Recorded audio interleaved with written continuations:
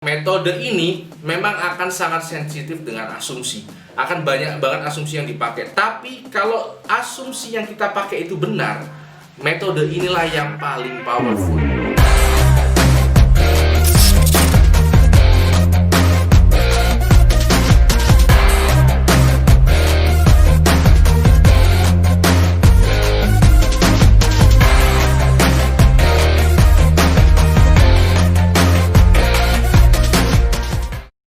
Welcome Smart Investor to my channel Nizar Imam.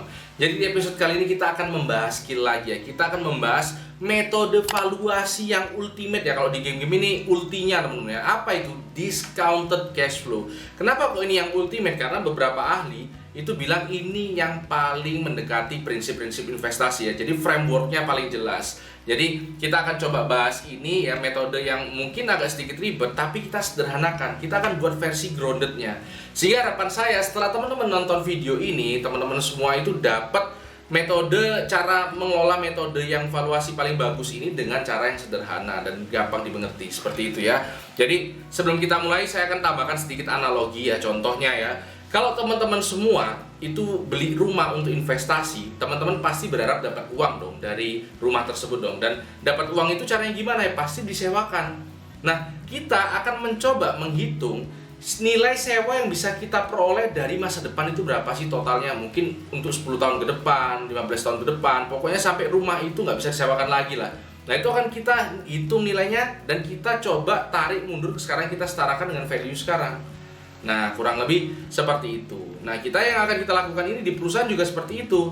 Kita akan coba memprediksi uang yang diproduksi oleh PT Angin Ribut di masa depan itu berapa sih sampai kira-kira perusahaannya ini tutup. Nah, itu akan kita tarik lagi, kita diskonkan, kita buat nilainya di masa sekarang sehingga kita bisa tahu apakah nilai yang bisa kita peroleh di masa depan tadi itu lebih besar dibandingkan nilai yang kita investasikan. Gitu loh ya. Jadi nggak usah pusing dulu. Kita yang penting di sini beranggapan ini gampang. Nah, jadi kita akan buat ini simple. Oke? Sebenarnya ada beberapa tahapan ya. Ini yang pertama kita harus cari free cash flow-nya. Nah, apa itu free cash flow? Free cash flow itu rumusnya ada beberapa ya. Nah, yang sering saya pakai itu adalah uang dari operasi bisnis dikurangi dengan capital expenditure-nya atau belanja anggarannya. Nah, itu yang disebut dengan free cash flow alias uang nganggur. Kenapa kok dibilang nganggur? Karena itu yang bebas dibagikan kepada investor. Jadi semakin banyak perusahaan menghasilkan free cash flow, akan semakin banyak juga uang yang bisa diberikan oleh investor. Seperti itu ya. Nangkep ya free cash flow itu apa ya? Nah, kita di sini dapat informasi PT Angin Ribut itu free cash flow-nya adalah sekitar 100 juta di tahun 2020. Oke? Kemudian tahap kedua kita masuk itu adalah asumsi pertumbuhannya. Jadi di sini kita harus bisa memproyeksikan sampai 5 tahun ke depan paling enggak itu berapa sih free cash flow yang dihasilkan.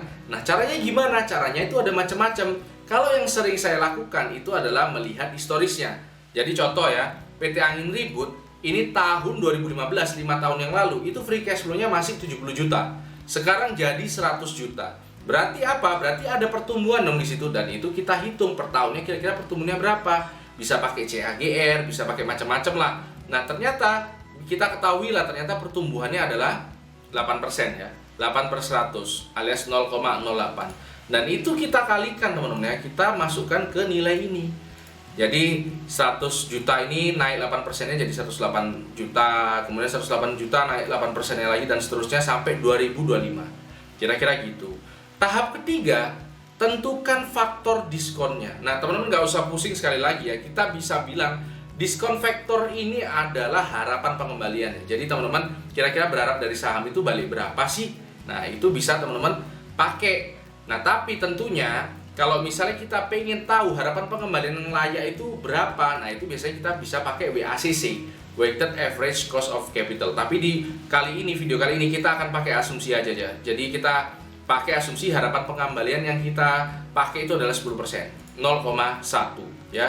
Kemudian tahap keempat adalah tentukan perpetual growth. Sekali lagi jangan pusing. Perpetual growth ini adalah kira-kira ya nilai yang dikalikan sampai tak terbatas sampai perusahaan itu tutup ya. Misalnya contohnya kalau saya biasanya pakai itu adalah inflasi ya.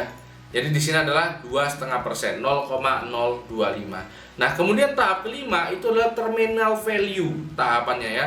Jadi apalagi nih terminal value? Sekali lagi teman-teman ya, terminal value itu seperti ini kira-kira. Kalau teman-teman beli rumah untuk investasi sekitar 100 juta contohnya ya.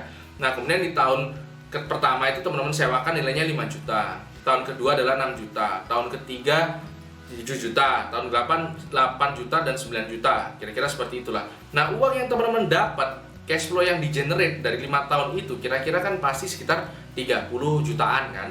Padahal teman-teman belinya 100 juta, berarti teman-teman rugi. Belum tentu. Kenapa? Karena setelah tahun kelima rumah itu masih bisa disewakan. Seperti itu ya. Jadi kita juga bisa melihat di sini PT Angin Ribut setelah 2025 ya nggak tutup dong. Kalau kita beli PT Angin Ribut ini benar-benar fundamentalnya bagus, kan harapannya setelah 2025 dan seterusnya itu masih ada. Nah, itulah yang kita maksud terminal value. Nilai setelah tahun 2025 sampai kira-kira perusahaan ini tutup lah, gitu kira-kira ya. Nah, ini kita buat terminal value ini. Nah, nilai terminal value-nya adalah ini. Ini pakai rumus teman-teman ya. Jadi rumusnya apa? Rumusnya adalah nilai tahun 2025 dikalikan dengan 1 plus nilai inflasinya dibagi dengan harapan pengembalian dikurangi inflasinya. Jadi teman-teman catat aja ini ya, kalau masih bingung sekarang ya, catat aja atau mungkin bisa dihafal. Nah, kita lanjut ke tahap berikutnya, tentukan present value. Jadi setelah kita tahu nih di masa depan kira-kira uangnya ini segini, kita tarik ke masa saat ini. Ini setara berapa sih kira-kira gitu. Oleh karena itu kita perlu buat diskon faktornya lagi. Nah, jadi kita tahu kan diskon faktor itu adalah harapan pengembalian. Jadi tahun pertama itu adalah nilainya 1 di plus dengan harapan pengembaliannya gitu, diskon faktornya. Nah, kita tarik kemudian kedua itu adalah 1 di plus dengan harapan pengembaliannya dipangkat 2. Tahun ketiga dipangkatkan 3 dan seterusnya ya. Oke, dan waktu terminal value ini disamakan. Kurang lebih seperti itu.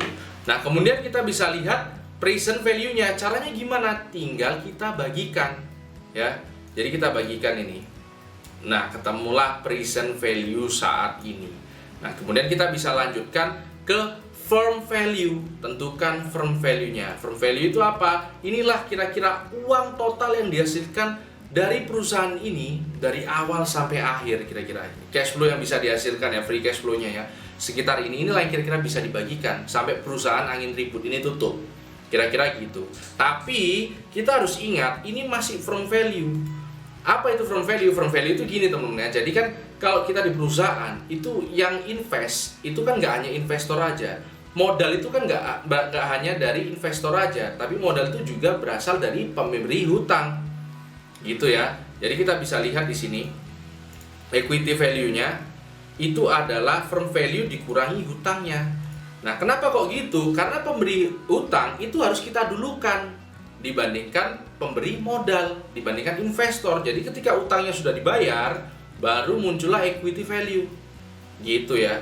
Nah, ketika equity value sudah ketemu, kita tinggal nyari lembar sahamnya dan kita bagikan equity value-nya dengan lembar sahamnya, ketemulah yang namanya fair value, gitu ya. Jadi logikanya PT Angin Ribut ini di masa depan nanti kira-kira sampai perusahaan itu tuh bisa mengenerate uang sekitar 1.520 per lembar sahamnya. Kira-kira seperti itu. Nah, kalau teman-teman invest di 2.000 ya kemahalan dong, kan nggak balik. Investnya 2.000 dapatnya 1.500, kan nggak balik gitu ya. Nah, jadi kalau teman-teman invest ya harusnya di mana? Di bawah 1.520, misalnya 1.000. Teman-teman beli 1.000 dapatnya 1.520. Kira-kira seperti itu. Itulah discounted cash flow teman-teman. Jadi kita akan coba buat nanti di saham, kita aplikasikan di saham beberapa episode dari hari ini ya. Mungkin ya kita akan pakai di saham sehingga teman-teman bisa lebih paham. Tapi harapannya teman-teman lihat video ini dulu sehingga nggak kaget nanti kalau asumsinya banyak, BACC-nya ruwet segala macam. Nah, ini kita makanya saya jabarkan terlebih dahulu yang sederhananya. Seperti itu ya.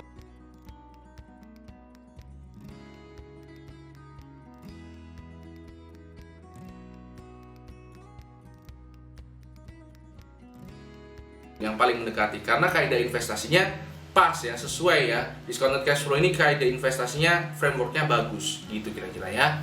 Oke teman-teman, Jangan lupa follow IG saya, jangan lupa like, comment, dan subscribe, dan share ya, karena video ini harusnya bermanfaat lah buat para investor ya, cara ngitung harga wajar dengan discounted cash flow yang sederhana ini ya.